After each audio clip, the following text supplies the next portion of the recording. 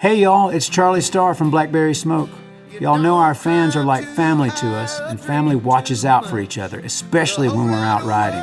So before you or your crew get on your motorcycles, make sure you're good to ride. Even one drink could be too many. Don't let a good ride end the wrong way. This little bitty town, it ain't nothing new. We all stick around. Ride sober or get pulled over. What you think of my new saddle, Lizard? Oh yeah, it's swell, mate. Proper comfy. Just one of the upgrades I've added to this puppy. What else have you got on here? New air intake filter, quick shifter, and a beefy muffler. Well, that's why you ride with Geico motorcycle insurance, so you can cover your custom parts and equipment. Now let's hear that muffler purr. All right, hang on tight to my love handles. It feels good to ride with help. It feels good to Geico. Every team, every topic, everywhere. This is Believe.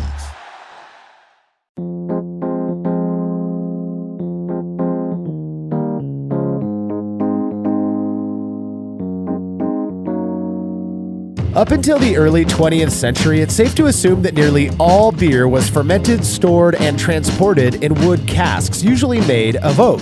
Of course, this led to beers picking up certain characteristics from the wood, which some brewers combated by lining the inside of their barrels with pitch. However, a lot of people developed quite a liking for the oak character in their beer and still seek it out today.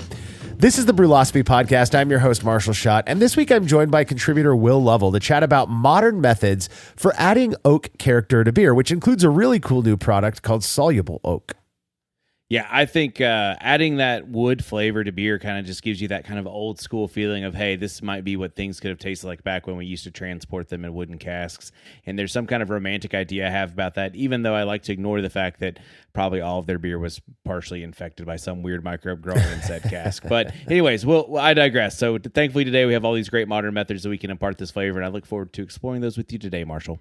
Yeah, over the years, I've brewed a handful of beers using various types of wood products and various types of wood species as well. While I do prefer most modern beers to be clean, there are certain styles where I feel a touch of oak character really does enhance the overall drinking experience. And these days, brewers have so many options available to them. I look forward to chatting about those with you as well today. Will, in addition to an experiment that we focused on this new product called Soluble Oak, really cool stuff. Looking forward to talking about that. All right, if you're a fan of this show and you'd like to receive a reward for supporting our efforts, please consider becoming a patron of Brülosophy over at patreon.com/Brülosophy, where you make a small pledge and receive rewards like an invite to monthly live brew days with a Brülosophy contributor, as well as some pretty killer discounts, one at YakimaValleyHops.com and a new one at Northern Brewer, who are giving patrons at the $5 pledge level a flat 20% off all orders. That seems nuts to me, but they're kind enough to offer that to our patrons. This is obviously going to be worth quite a bit more than $5 for most people. You're probably going to save that much even on just a single recipe kit. So not a bad deal. You can learn more about all of the rewards we offer for your support over at patreon.com/Brülosophy. And if you wouldn't mind leaving a rating and review of our show in Apple Podcast, Spotify, or wherever else it is you listen to podcasts that allow you to leave those ratings and reviews, we would appreciate that as well. Feedback is brought to you by Clawhammer Supply, who I'm convinced are doing so much to keep this hobby alive, whether that's through their rad brewing and beer-related videos on their YouTube channel, offering badass brewing gear, or spreading the love by sponsoring outfits like us. We really do appreciate all of it and completely stand by our promotion of their products. I've used both their 120-volt and 240-volt systems. They are awesome. Clawhammer Supply really does put the effort into ensuring their systems do exactly as they're intended to do in as efficient a way as possible. And if you're not quite ready to make the jump to electric yet, they also sell 10 and 20 gallon brew in a bag homebrewing starter kits. Whatever it is you're looking for, though, do yourself a favor and check out what Clawhammer Supply has to offer. We're confident you're going to love their stuff just as much as we do. Listener Steven Outs wrote in with a comment after hearing me talk about sourdough bagels in a recent episode. He said, "Have you ever used liquid malt extract, or LME, when making bagels? Apparently, it's a classic New York technique. Howdy Bagel, a very popular bagel shop near me in Tacoma, uses Brice LME from the local homebrew shop up the street. Shout out to Fermentation Initiative," he says. "It's crazy how much LME they go through. I assume it would take the place of honey in your recipe. I did talk about using honey in my sourdough bagel recipes. Will, is this something I know that your wife does some sourdough and whatnot? Have you heard about the use of liquid malt extract to make bagels? Okay, I haven't heard about liquid malt extract, but I totally have. So there's a local brewery here in town called Wild Barley Brewery and Kitchen. Holland's the guy that runs it, and he has all of the bread that they make there. So everything that's fermentation, basically they do, whether it's beer or bread or bagels. And so they do make bagels using sourdough, and he does keep dry malt extract on hand just for the use of making bagels. So I've never seen them use LME, but I have definitely seen them use DME.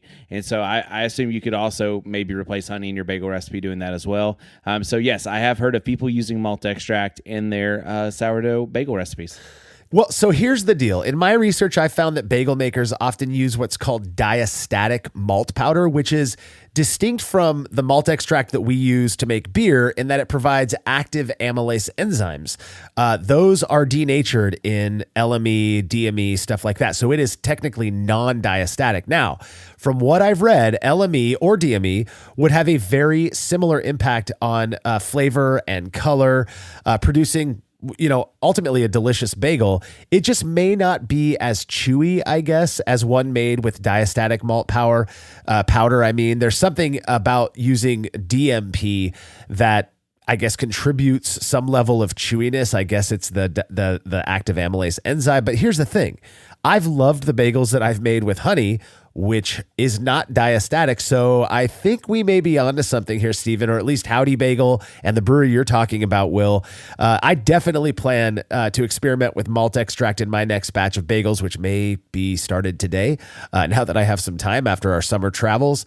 Also, my family was just up in your neck of the woods. We actually spent a day on Gravelly Lake, boating around, doing some tubing, stuff like that, and had a great time. So major shout out to Fermentation Initiative. I wish I had some time to go visit those guys. So I'm glad it sounds like they're still around and doing good in this climate. So thank you so much for the feedback there, Stephen. If you have show feedback, you can send it to feedback@brülosophy.com or drop us a note on social media. Don't forget to grab your Brülosophy merch over at brülosophy.com/shop. We are offering more options than we ever have before, like t-shirts, hoodies, and hats, all the way to fanny packs, shorts, coffee mugs, and so much more. Prices are very reasonable, and international shipping is now available. Again, you can go to brülosophy.com/shop and click one of the product images on that page, which is just going to redirect you to our Dashery store, where you can go directly at brülosophy.dashery.com or just click the link in the description of this episode.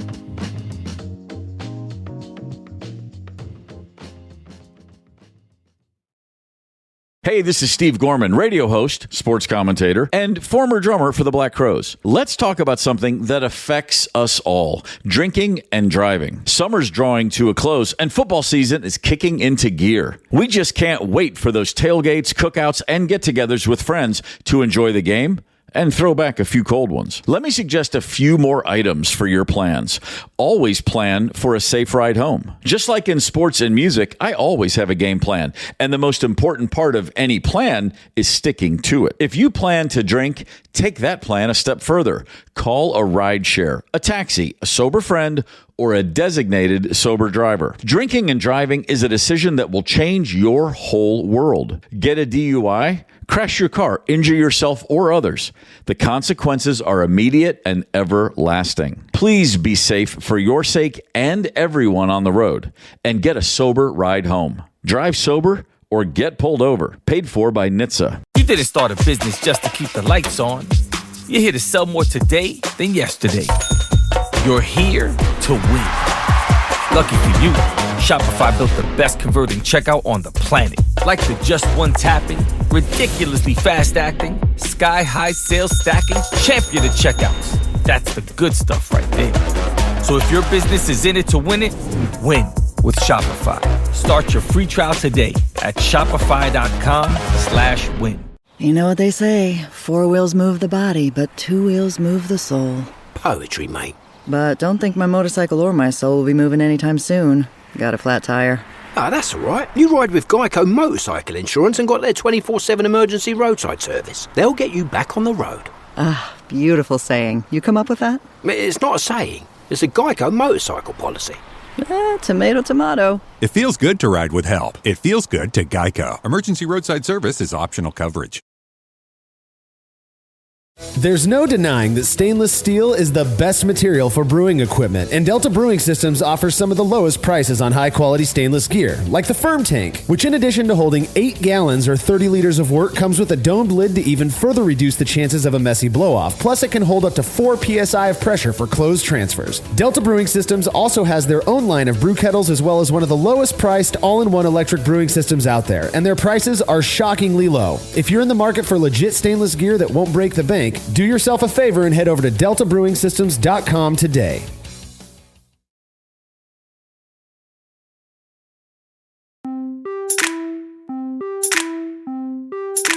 I've never gone through a crazy wood beer phase, but I have friends who were utterly obsessed, some of whom still continue to just have this obsession with wood beers. And I feel like that's really how I learned as much as I know, which isn't that much, but what I do know about wood beers and the various options for emulating the character that used to be unintentionally imparted by the barrels that brewers used because that was all that was available to them at the time. Let's start by going over some of the history of wood in beer. Yeah, I think historically wood had to be the primary material for beer storage. It was pre-aluminum, pre-stainless steel. They didn't have all these fun. They didn't have any polymers to way back in the day. So wood was kind of what was available, and so it's no surprise that the ancient Egyptians, Mesopotamians, early Europeans, the English especially, all used wood to store their beer in. I think pretty much oak was mostly the preferred material, just because it's pretty strong, has a tight grain, didn't leak too terribly much. But I'm sure that other woods were used, and they probably had to experiment around the world a little bit on that one as well. Exactly. And you think about all of the qualities of oak that you just mentioned. What does that help with, right? Well, first off, one of the things that's going to happen is that you're going to get some leaching of tannins. That's just a natural component. When you mix liquids with wood that has tannins in it, some of those tannins are going to come out. What do tannins do? They're going to contribute a little bit of astringency. You might feel a little kind of fuzziness on your tongue, a little pinch on the back of your jowls.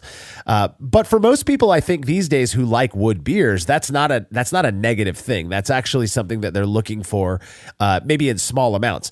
Other things that storing beer in wood is going to do naturally is increase the chances for oxygen ingress, meaning that beer is going, over time at least, is going to be exposed to oxygen and thus be oxidized on some level. This is a conversation that I have had with several contributors in the past, that there are certain styles that I actually think may benefit from just a touch of oxidation. Something like a classic, brown porter may very well benefit from that. Something with those roasted grains to kind of take that edge off. We need to design an experiment to test that out. But when you're using an oak barrel, that is one of the natural things that you'd expect to happen. Another thing, like you mentioned up at the top of the show, is that beer is likely going to be exposed to a plethora of microflora, just meaning that there could be potential for more than just yeast, we'll put it that way, to be in that beer and to take hold and maybe impart their own characteristics to the beer. Yeah, I think the microflora thing, and let's not forget, like, oak is a natural, it's a natural product. So tree to tree, day to day, year to year, you're not going to get the same quality of barrel based off of the oaks that you're, felling and making into these big barrels. And so again, I think that also is a thing that creates a lot of variability over time, not just what microflora you may or may not have picked up, but also like the quality of oak and how much oxygen it will or will not let in. And I'm with you. I think something like a big Russian Imperial Stout put in an oak barrel, like, I think that oxidation definitely helps improve that flavor. But fast forward to the early 20th century, oh man, stainless steel comes into the picture, and now we can do things like sanitize it, get better shelf life, have better consistency. And how big of an impact has that had on modern brewing for all of us? Yeah, no kidding. Well, and to get back to the oxygen thing, I did do a anecdotal experiment. This was nothing I published on the website, but I got several years ago. I believe it was a short and shoddy barley wine that I made, and that beer actually turned out quite good, but it never saw the light of day. I did everything I could to reduce exposure to oxygen, And even after like 2 or 3 months in the keg, yeah, it had developed, it had done the thing that you kind of expect a big beer like that to do, but it didn't have that lusciousness that I expect from a really well done barley wine. So as a little, like I said, just kind of anecdotal personal experiment, I took some of that, put it into a growler, and did not do anything to eliminate oxygen ingress. Just let that beer go right from the tap into a oxidized growler, if you will, capped it off, kept it out on my shelf for, I think, overnight. So it was like 12 hours, threw it in the fridge, let it chill, let it sit there for a few weeks. And that beer, side by side with the one that never got exposed to any oxygen, I felt tasted better. So I think that's a really interesting, again, anecdote that may inform a future experiment on this topic, because I do feel, again, like those big beers, like a barley wine, like the types of beers that you might expect to be oaked actually might benefit a little bit. And what is preference, but basically reinforced, taste perception over time. There may be people who hate that characteristic, but I really love it in a big beer like a barley wine or an imperial stout. So of course, modern craft brewers are like, we don't want any of that. We want full control. This stainless steel makes that so much easier. But what do we do if we still want those specific characteristics that we've come to really enjoy from oak? Well, you use oak alternatives. I mean, obviously, there are barrels. We've talked so much about what barrels will contribute to a beer. One of the things about barrels that at least that I've read, I don't know if this is the same for you, Will, is that it really does. There's this widely held belief that if you are storing a beer in a barrel over a long period of time, the extraction rate of that oak character from a barrel is the slowest of all the options we're going to talk about today. It really does take time to get that characteristic in the beer, but there's this widely held belief that it also contributes the most complex wood character compared to all of the other options. I don't know how one determines that or defines that, but it does kind of make sense to me. That beer is in contact with that barrel longer, than if you were to use any of the alternatives we're going to talk about here in a minute. Well, and basically, depending on the size of your barrel, you have to take surface area into account. So if you have like kind of a bigger barrel versus a smaller barrel, you may have more beer coming in contact with the surface of the barrel versus not. I remember talking to a local brewer, and he was trying to turn stuff around. So we did a kind of a big ass stout barrel project is what we called it, because we made basically a 13% imperial stout, put it in I don't know, it's probably the second or third usage on a whiskey barrel, and let it age for, we let it sit for a pretty good long while. It was over 9 months. And we talking to a pro brewer about it. He's like, oh yeah. He's like, usually 90 days is good for getting that oak character, and anything after that, you're just extracting more and more tannins. So, based off turnaround and some of those things, I think pro brewers seem to turn around a little faster, but depending on how many tannins you want to get impart into that beer, then you may let it sit on the barrel just a little bit longer. Yeah, there's that. With the tannin thing could be its own episode. I don't mind a little bit of the tannin, that tannin character in a barrel-aged beer or a wooded beer. But if it's too much, it starts to get kind of annoying. You can get kind of a cloying bite at least that's my experience of it. So we'll kind of set that piece of it aside. There are we haven't even talked about what barrels contribute. When we're talking about oak, we'll just run over this real quick. You're looking at like a vanilla. Some people will define it as almost a coconut-like vanilla character, an earthy woodiness that you would expect from something like oak. You basically get I've heard people describe it as marshmallow too, but it's like I don't know. It's like the smell of when you're cutting an oak plank, but most oak, nearly all, I believe, that is used in brewing is toasted to some level as well. You'll see I watch these killer videos of these coopers in the UK who still make wooden barrels for breweries out there, and they are burning the hell out of the inside of these things. And there are reasons for all of that, but the way it's treated is also going to contribute to the flavor. Again, we're talking about specifically these wood products. So the general here is that they're all going to be treated in some way. All of these products are going to be toasted to some level. So I think the first step away from an actual barrel, at least in my way of thinking about this, Will, oak staves. These are just the pieces of the barrel, the singular pieces or planks of wood, staves of wood that make the barrel. You can take a barrel apart and use that stave to contribute oak character to a beer. Yeah, I think this is kind of ingenious because they're just basically, I don't have however many gallons, 50 gallons of beer to fill this barrel for aging. So what do? Well, we take a piece of what we want to age it in, and we just throw it in our keg or our, wherever we're going to store this thing, your bright tank, whatever you want to call it. And then now we have this same thing that can impart that classic oak barrel flavor. You talked about oak.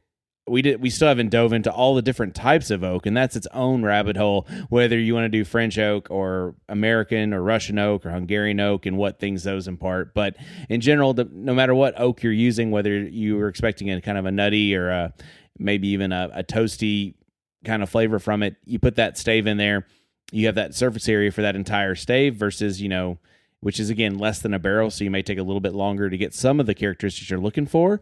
So it will slow down your extraction rate, but it is a pretty good alternative to, getting that genuine barrel character without having to have a giant barrel sitting in the corner of your house for a long time and making your wife upset.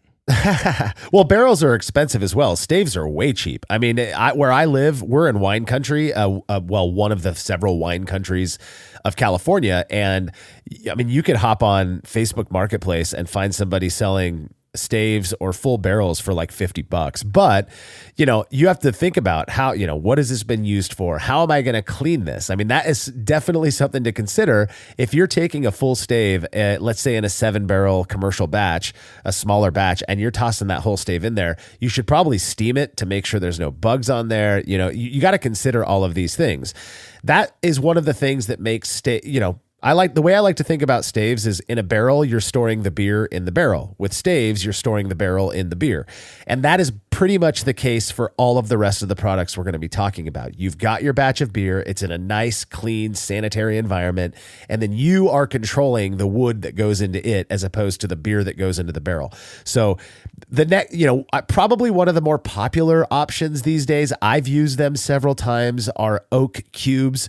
The beauty of oak cubes is, depending on the amount that you use, they actually have a fairly fast extraction rate. The times I've used it, I only let the beer sit with the cubes for 2 to 4 weeks, and you taste the wood at that point. You've got it's a cube, and each surface is some more surface area for that beer to touch. So you're getting a lot more surface area in this tiny, compact package. Yeah, and the nice thing with like cubes and even chips and some of the things we're going to talk about in a minute is a lot of times you'll buy them and they're somewhat pre-sanitized in the package, so you're not having to worry as much about how you're going to sanitize this stuff to get rid of some of the microflora before you throw it in there. And I tend to use cubes more so as well because, again, you can keep, they're reasonably priced. You can keep several different types on your shelf. If you want to experiment with French versus Hungarian or whatever oak that you want to play with, or American oak, you can keep several different types on your shelf, and then it's something really easy to play with. It's something really pretty great, depending on how many cubes you use, pretty great surface area, but it's you're not getting such a fast extraction as you will with chips, which we're about to talk about. So you have a little bit more time to kind of try it and then adjust fire and rack off of it as needed. Yeah, they're super convenient, relatively cheap. Every homebrew shop sells these things. You can buy them at most places. You buy your normal stuff online, like Amazon. I mean, they're super convenient. Same thing with chips. I've only used chips once, and I didn't even add them directly to the beer the way I do with cubes. I put the cubes in a sanitized hot bag and just throw those right in the beer and then let them sit in the fermenter for a couple 2 to 4 weeks and then, rack the beer off. With chips, I've only used a tincture because, back when I used the chips, which was over a decade ago at this point, what I was told was, these extract even faster than cubes. You're going to get that wood character super fast. And somebody suggested just soak them in like a pint of vodka and then just pour that vodka into your beer. If you're already making a big beer anyways, who cares? It's you might add 0.2% ABV to the overall 12% beer, so that's negligible. You're not going to taste the vodka. What you're going to get is that really strong wood character, which worked really well for me. The thing about, so what are chips, by the way? They're just fragments of oak that have even more surface area than cubes. They're just these flat, kind of bigger, flat looking chips, oak chips. They look like bark. Again, faster extraction rate than cubes, and you can really get an intense oaky character. I do believe there are folks out there who tend to report, I'm curious if you've used these, Will, you get a more tannic harshness from it, like a sharper tannin character from it. I didn't experience that, but again, I didn't add the chips directly to my beer. I've used chips twice, and once I added it directly to the beer, and then I just left it there for like a few days and then came off of it, and it was fine.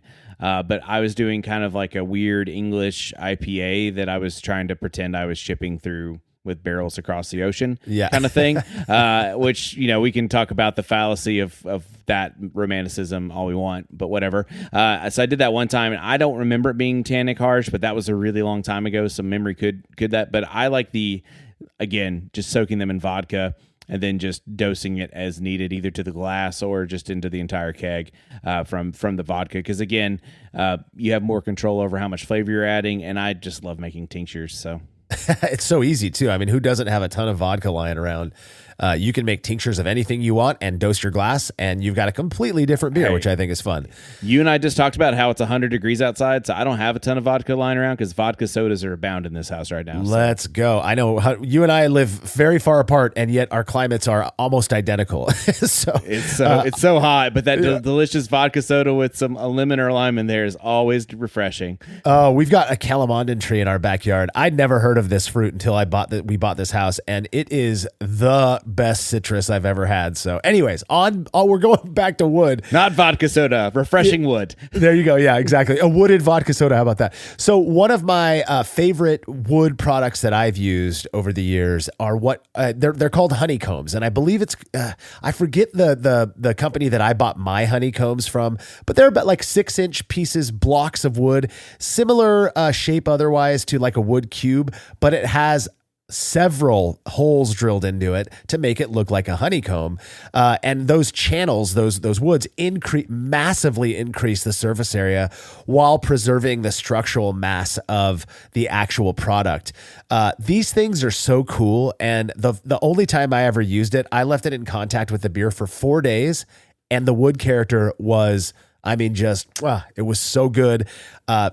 Again, this was a lower ABV English beer that I used my my honeycomb in, and 4 or 5 days. I mean, we're talking crazy fast extraction rate. It is slower than chips. Again, I know people who use wood chips or oak chips, and they'll leave it overnight and pull the beer off. That's how fast that they're getting that extraction. Now, depending on the character you're looking for, the ABV of your beer, all of the other characteristics of the beer that you're adding them to, obviously you're going to adapt to get the character that you want.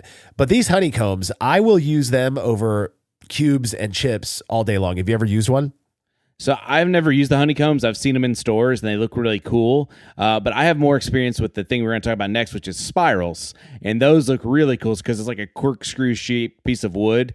I think they're probably more popular in winemaking, because there's a lot of people that make wine at home, but they're not storing it in an oak barrel, so they'll just add some of these spirals or sometimes honeycombs even to their wine. And again, it's very similar to honeycombs where you get a much more controlled extraction, again, because it's that corkscrew shape. You're still getting more surface area than just a big cube, and you're able to kind of, again, avoid some of those harsher tones that chips might impart, because again, you're getting that better extraction rate with surface area, but it's a thicker piece of wood to extract from.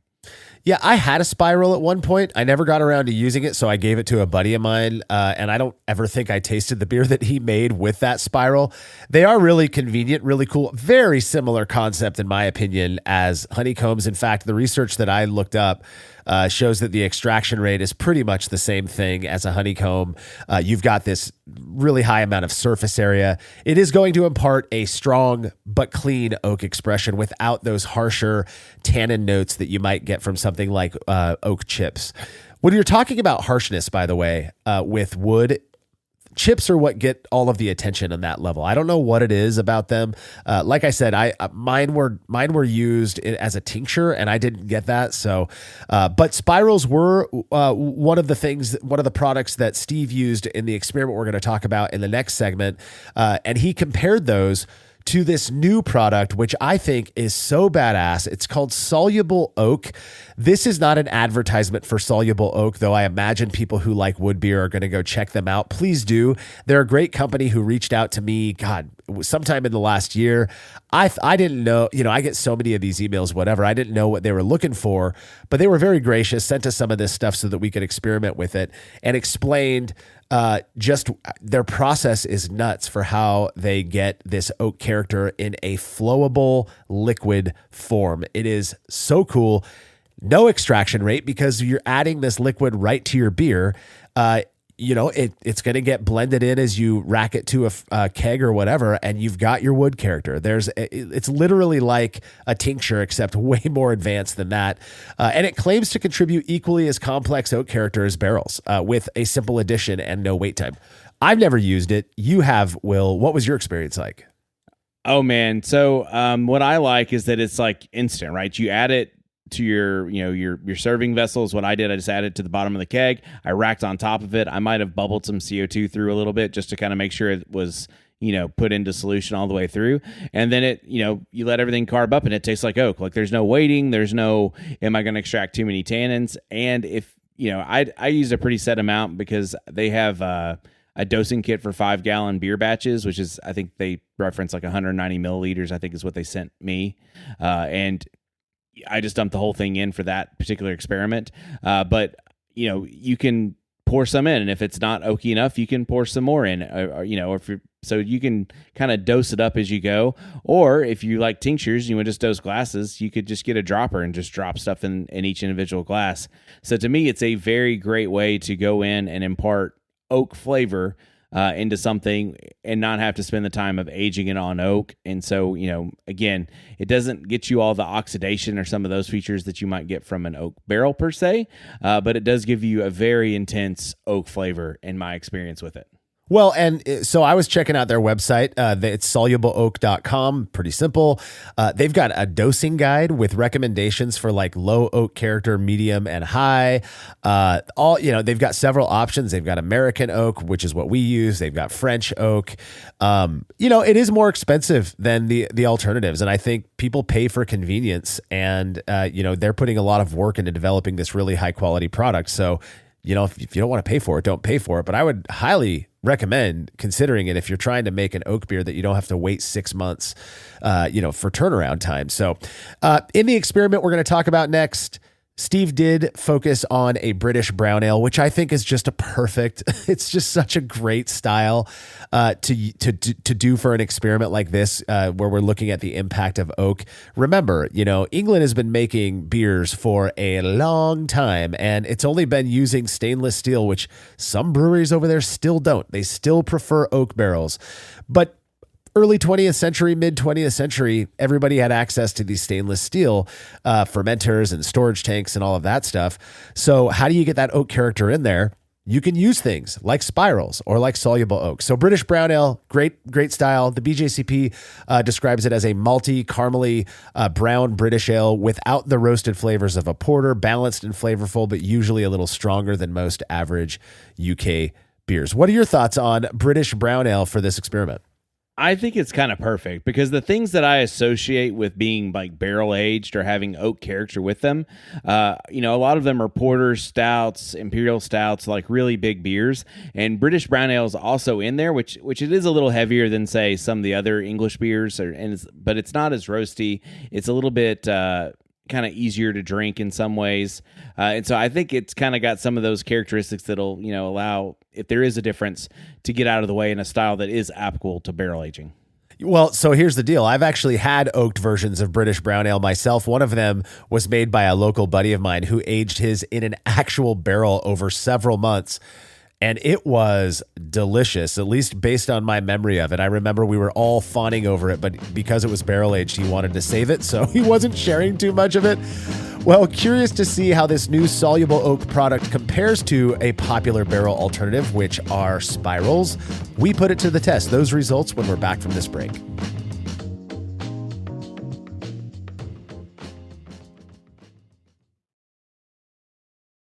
Did you know that driving under the influence of marijuana is illegal? Driving high will get you a DUI. And if you're wondering if law enforcement can tell you're driving high, well, everyone else can. Friends, I can tell you drove high. parents, I can tell when you drive high. relatives. I can tell. You drove here high, didn't you? So what makes you think law enforcement can't? I can tell. If you feel different, you drive different. Drive high, get a DUI. Paid for by NHTSA. Stop guessing and start perfecting your craft with Brewfather, the ultimate tool for recipe design. Brewfather Premium unlocks advanced inventory tracking, tilt integration for real-time fermentation monitoring, and seamless cloud sync across all of your devices. But wait, there's more. Premium Plus just changed the game with Brewfather's brand new AI recipe integration. Whether you're looking to clone a rare commercial classic or need a creative spark for a unique grain bill, Brewfather AI helps you build balanced, world-class recipes in seconds. Brewing is a science. Make it art with Brewfather Premium Plus by visiting brewfather.app today. That's brewfather.app. Better beer is just a click away.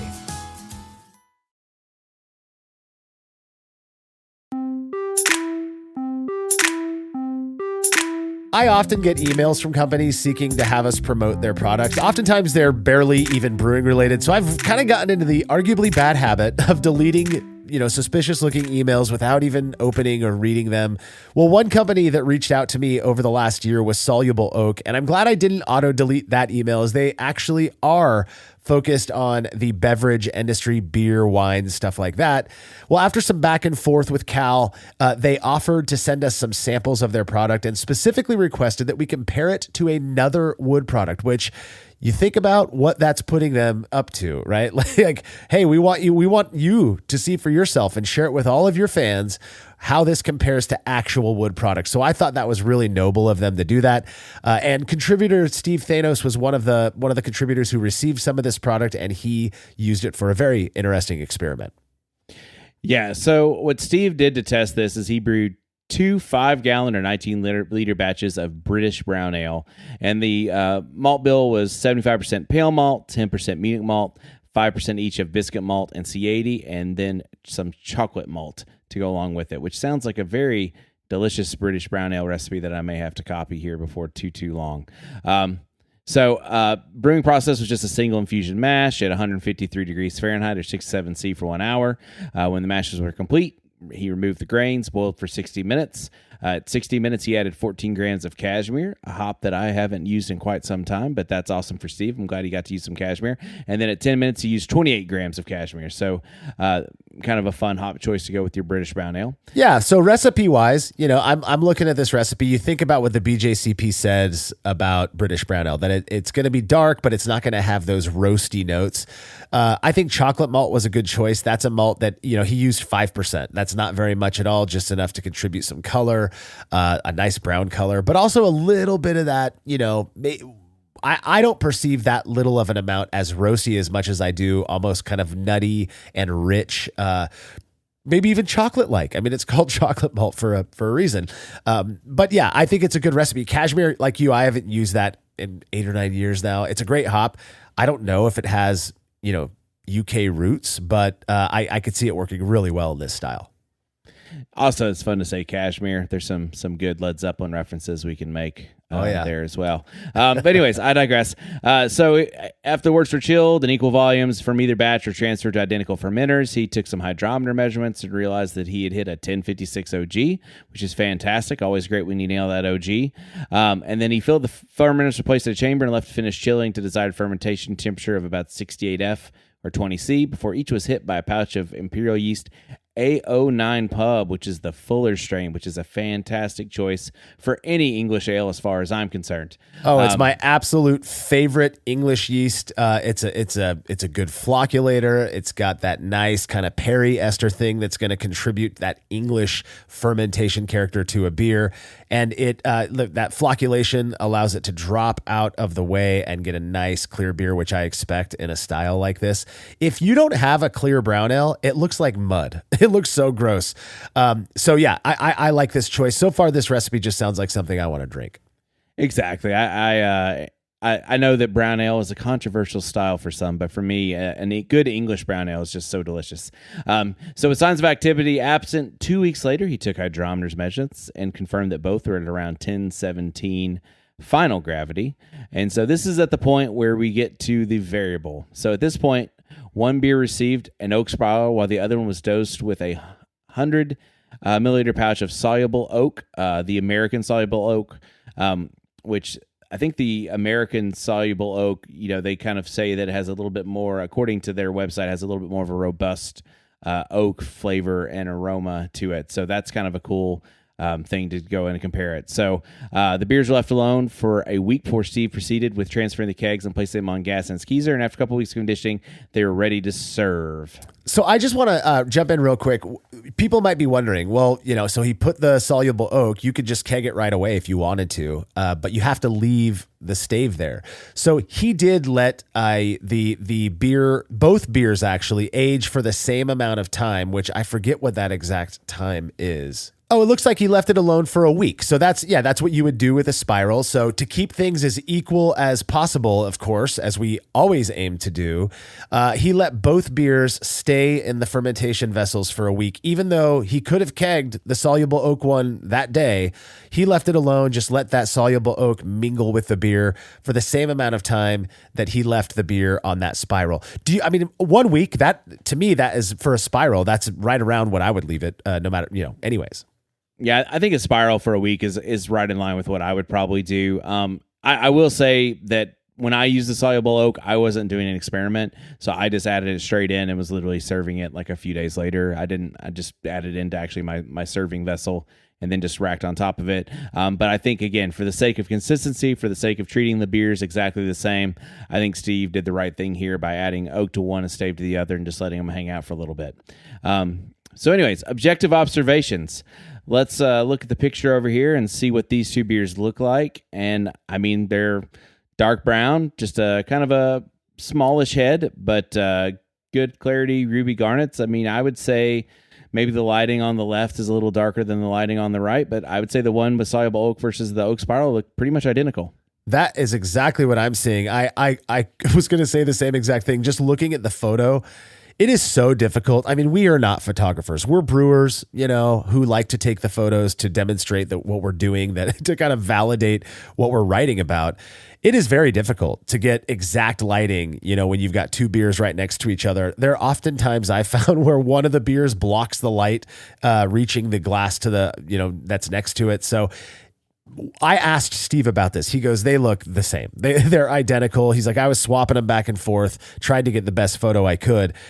Identical color. I kind of wouldn't expect there to be much of a difference. I did wonder, though, is this soluble oak going to have some impact, on something like foam formation? And it doesn't look like it did. They both have a similar looking, head. And I think Steve just likes to pour his beers to the top of the glass. He could probably easily have gotten a nice thick head on there if he wanted, but they're little 5-ounce glasses. I understand why he wouldn't do that. To me, these look like there's just no impact to the appearance of either or that's different, at least, from soluble oak to the oak spiral. So I will say, as somebody that pours a lot of beer in these glasses, it is a little bit difficult to kind of, get the perfect pour in a smaller glass. But these do pretty well, but it is kind of difficult. I've even been known to pour them in a separate cup before pouring them in there just to make sure that we can get the right amounts in there and have it kind of head up properly.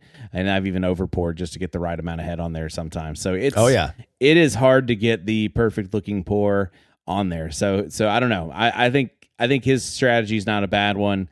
I usually just try to make sure I get the head above the logo. That way you can read it.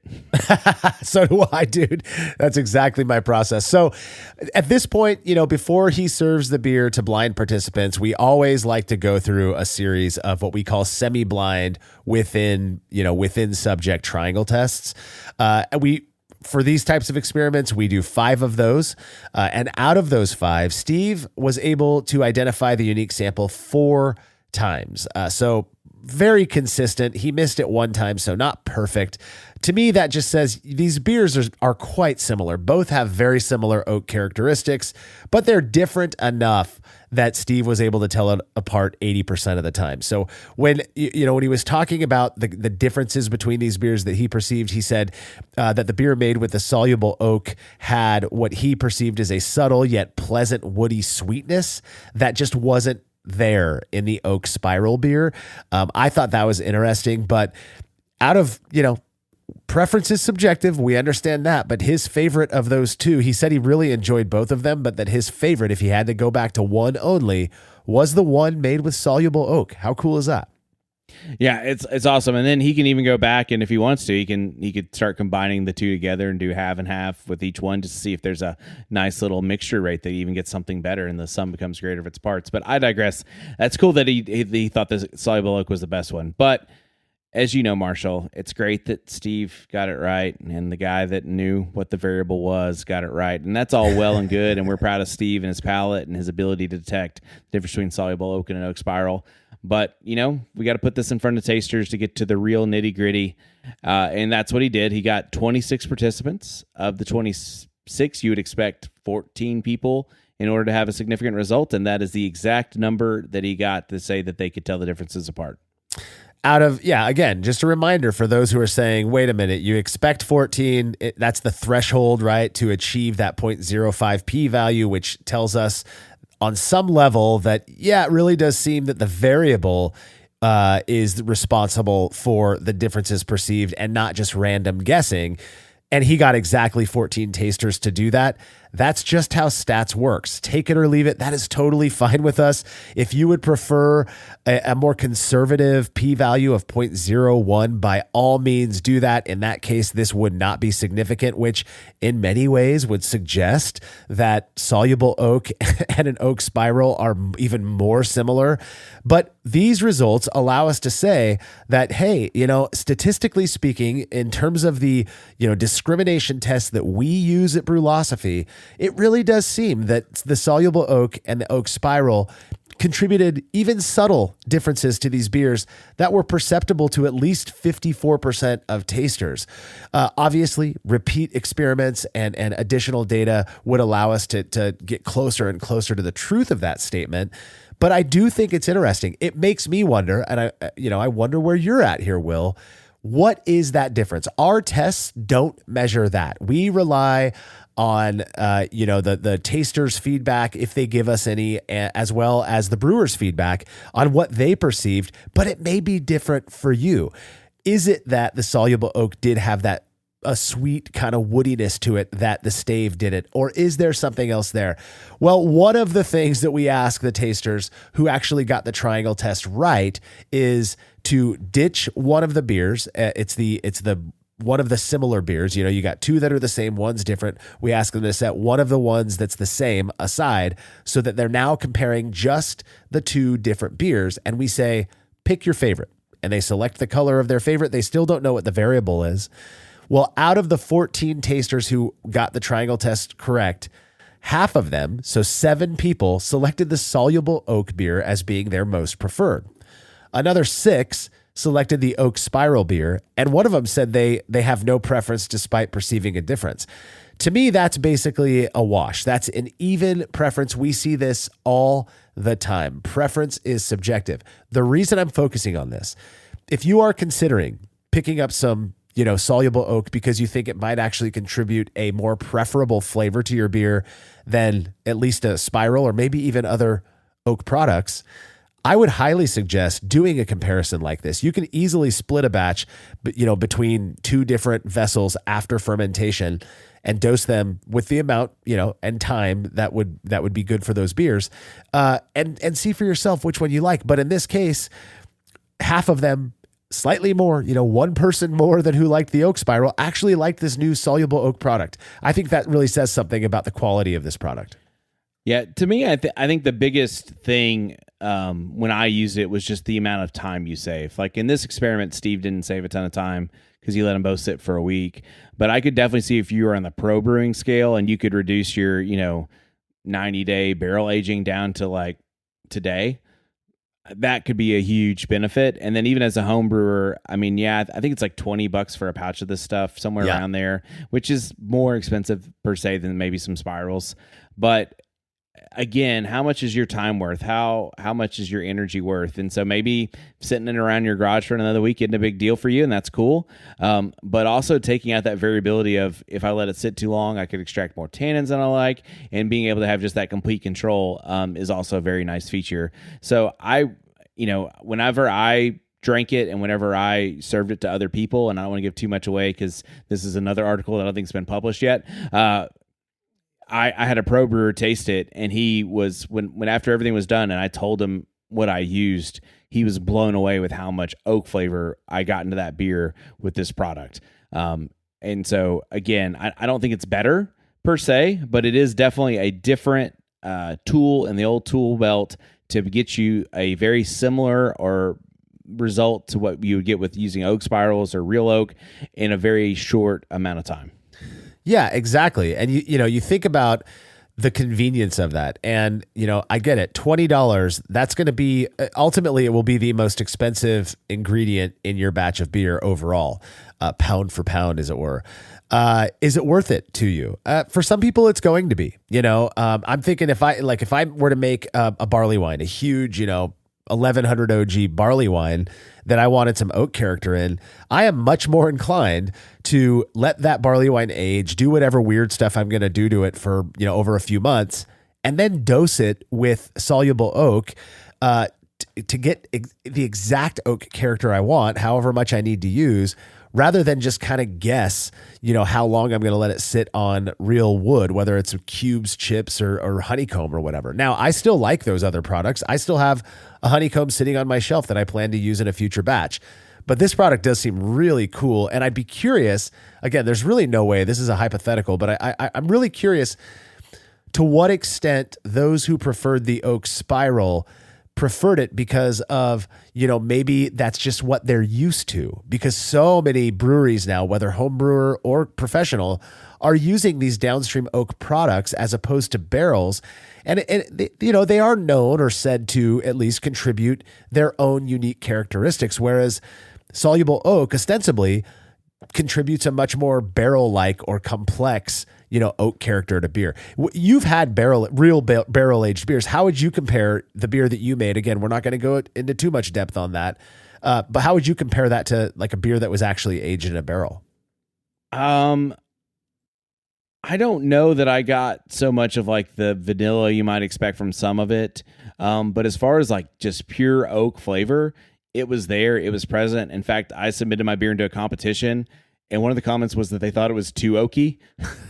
So it was like super oak. I didn't think it was too oaky, but you put stuff in a competition, you get all sorts of stuff. But I put in a competition, one of the comments was that it was too oaky. But again, I just dumped the whole pouch in there, just trying to shortcut it because of what I was doing. But you could totally, again, they have total dosing charts. Then you could start at the lower end of the dosing chart and then amp it up as you go along. So again, having that kind of control, having that ability to dial in recipes and get consistent results over time, because again, oak stave to oak stave, oak barrel to oak barrel, even oak spiral to oak spiral, there's some consistency there, but they're not 100% alike. Whereas this stuff they're putting out, is pretty consistent from what my understanding is. So that's pretty awesome. And the fact that you can put it in there, and they're saying that you will get full oak complexity within the 48 hours of this solution sitting in your beer, and you can put it right into your serving vessel, as you rack on top of it. It's just, to me, it's like pure convenience is the main thing. Yeah, well, and the fact that the judge commented on it being too oaky rather than too gross or having some off flavor, again, speaks to the quality of this product. I'm excited to use it. And just to reiterate, I love innovation. Soluble Oak is not paying us. All that they've provided us, which, all the love in the world to Soluble Oak, all that they've provided us is with 3 pouches of this stuff to different contributors. So this is not a paid advertisement by any means. I love the fact that there's a company out there who is focusing on this kind of niche product so that people have access to something that can contribute this level of oak character to beer. Hopefully they start integrating other wood types and wood species and stuff like that. I just think it would be so fun to have around. And if it is as concentrated as it sounds like you're saying it is, $20 could be spread between 2 batches, which now becomes $10 per batch if you really want to get just kind of a subtle oak character. I think there's going to be a really neat future for this company, and I really hope the best for them because I love stuff like this. It reminds me a little bit of the downstream hop products, which Jordan Folks loves to use. I just drank, he left me a whole bunch of beers on his porch when we were driving up to Washington last month.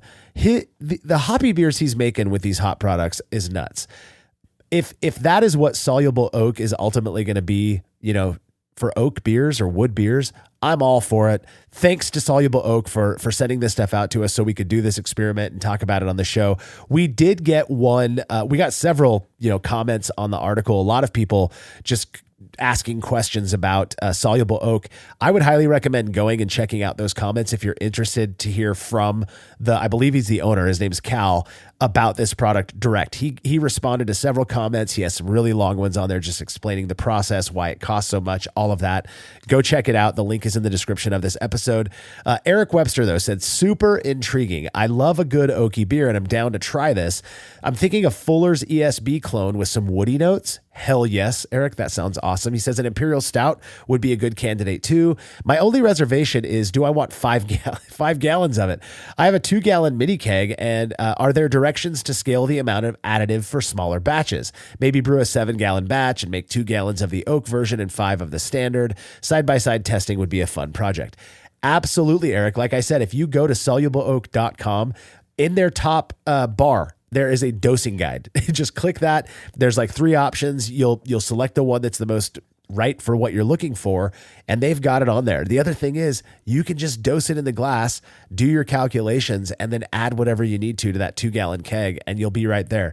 There are so many options for this stuff.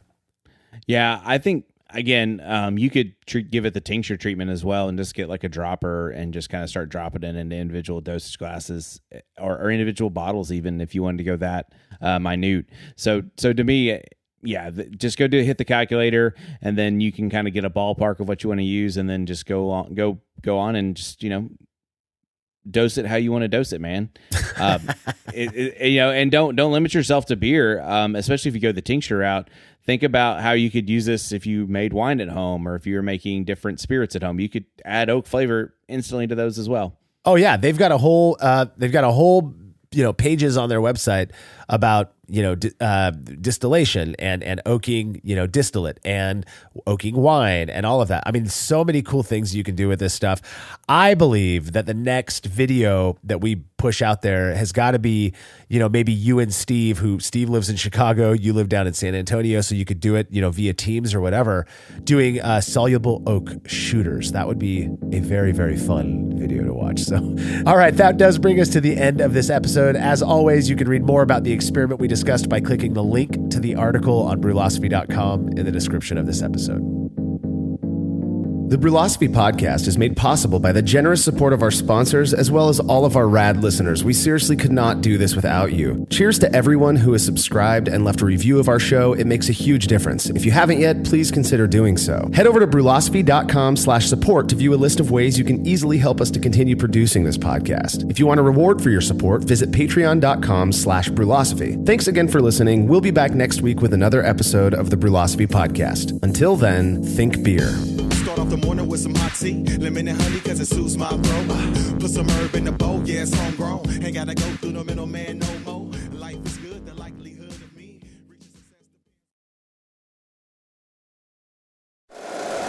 If you like the show, please take a moment to rate, review, and subscribe. It really does help the show to grow.